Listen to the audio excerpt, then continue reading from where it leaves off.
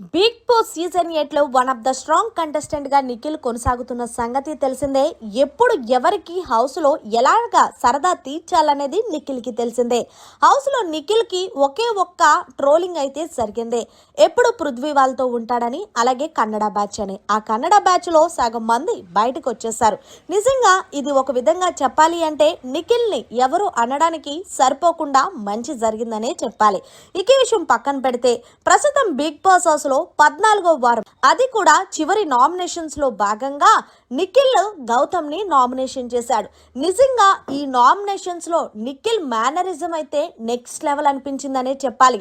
అచ్చం పుష్పలో అల్లు అర్జున్ గారి లాగా ఎక్కడ తగ్గేదేలే అన్నట్టు నామినేషన్స్ లో గౌతమ్ కి ఇచ్చి పడేశాడు. గౌతమ్ నిఖిల్ ని నామినేషన్ చేసిన రీజన్ ఏంటి? టేస్టీ తేజాకి నువ్వు నా గురించి తప్పుగా చెప్పావని. అదే రీజన్ తో నిఖిల్ తిరిగి గౌతమ్, నువ్వు టేస్టీ తేజాకి నీకు తప్పుగా చెప్పానని నువ్వు ఫీల్ అయ్యావు, నేను తేజాకి ఏమీ చెప్పకుండా నువ్వు నన్ను అన్నందుకు నేను ఫీల్ అయ్యాను, అందుకే నేను నిన్ను నామినేషన్ చేస్తున్నానంటూ ఇచ్చి పడేశాడు.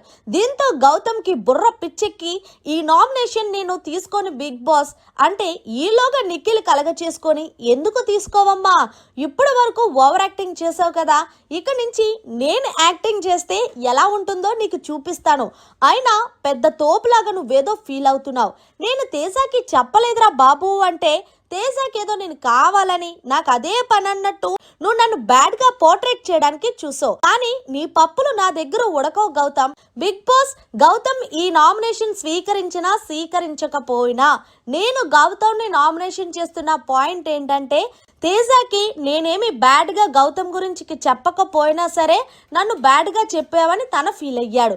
నేను అదే పాయింట్ గౌతమ్ నన్ను అడిగాడు కాబట్టి నేను ఫీల్ అవుతున్నానంటూ రివర్స్ నామినేషన్ చేశాడు నిఖిల్. ఏదైనా సరే నిఖిల్ స్టైల్ వేరబ్బానే చెప్పాలి. మరి మీరేమంటారు? నిఖిల్ గౌతమ్ కి కరెక్ట్ గా పాయింట్ దింపాడంటారా లేదనేది కమెంట్ సెక్షన్ లో తెలియచేయండి. మరిన్ని లేటెస్ట్ లైవ్ అప్డేట్స్ కోసం చూస్తూనే ఉండండి మన ఛానల్.